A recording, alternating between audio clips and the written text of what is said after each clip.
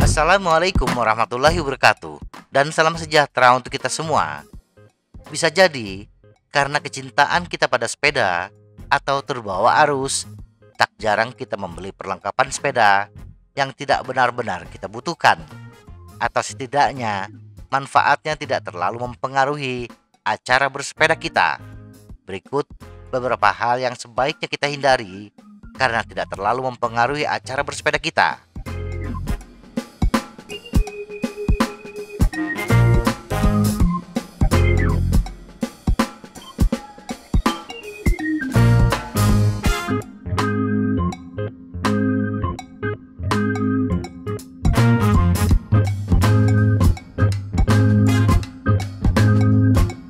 Satu, sepeda lama atau baru.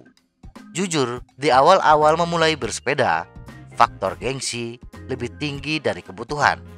Kita sebenarnya memiliki sepeda lama yang teronggok di garasi, tetapi karena kondisinya yang tampak usang, kita membeli sepeda baru.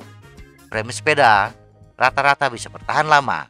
Yang sering rusak atau tidak berfungsi dengan baik adalah drivetrain dan wheelset. Membeli sepeda baru untuk kelas level entry harganya 2 jutaan ke atas, dan kita hanya mendapatkan sepeda dengan drivetrain level entry. Nah, bila dana untuk membeli sepeda baru kita alokasikan untuk memperbaiki sepeda lama, kita akan mendapatkan sepeda dengan drivetrain kelas menengah. Setidaknya kita mendapatkan grup set Alivio. Dengan drivetrain yang bagus, aktivitas bersepeda kita menjadi lebih nyaman. Sepeda baru dengan drivetrain pihak ketiga di luar Shimano, SRAM, atau Campagnolo, kadang-kadang kenyamanan kita bersepeda sering terganggu karena drivetrain kelas bawah tingkat presisi bahan sedikit kurang, sehingga kita harus rutin mengatur ulang perlengkapan. 2. Besi atau aluminium. Kalaupun kita harus membeli sepeda baru, ada 2 pilihan bahan, besi atau aluminium. Bila bersepeda kita didominasi oleh jalur yang datar dan relatif mulus, faktor berat sepeda tidak terlalu mempengaruhi. Di samping bobot yang tidak terlalu mempengaruhi, sepeda dengan bahan besi lebih kuat menopang beban. Bagi pesepeda yang gemuk, walaupun rata-rata frame sepeda sudah dirancang untuk menahan beban 100 kg lebih, tetapi tetap saja kita merasa was-was. Nah, sepeda berbahan besi akan membuat hati merasa aman ketika bersepeda. Dari segi harga, dengan drivetrain yang sekelas, sepeda besi jauh lebih murah. Nah, selisih harga tersebut bisa kita alokasikan untuk memperbaharui drivetrain. 3. 9 speed atau 10 speed ke atas. Semakin besar speed kaset, semakin sedikit selisih gigi antar sproket. Kelebihan rapatnya gigi kaset ini adalah perpindahan yang lebih mulus dan tidak terlalu banyak kehilangan power ketika berpindah gigi.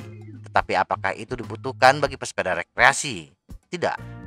Pesepeda rekreasi yang kebanyakan bersepeda di jalur beraspal yang mulus dan relatif datar, perpindahan gigi jarang dilakukan, sehingga perpindahan gigi yang mulus tidak terlalu dibutuhkan. Harga drivetrain 9 speed ke bawah jauh lebih murah dibandingkan dengan drivetrain 10 speed ke atas. Kelebihan dana ini bisa kita alokasikan untuk memperbaharui wheelset dan ban. 4. Pulai besar. Tak sedikit pesepeda yang termakan strategi pemasaran, mengganti pulai RD dengan yang lebih besar. Bila kita perhatikan, grup set road bike dari Shimano, jumlah gigi pulai hanya 11T, sedangkan MTB 13T. Kenapa mereka memiliki pulai yang lebih kecil? Pulai kecil, khususnya pulai atas, akan memberi jarak yang lebih besar antara pulai dengan low sprocket, sehingga memungkinkan kita menggunakan low sprocket yang besar. Menggunakan cage RD yang lebih pendek, di samping lebih aman dari terkait benda di permukaan jalan, juga perpindahan gigi akan lebih mulus. 5. Crank kotak atau Holotech 2. Banyak yang tergiur bahwa Halotech 2 lebih loncer, pergerakannya lebih mulus, lebih bertenaga.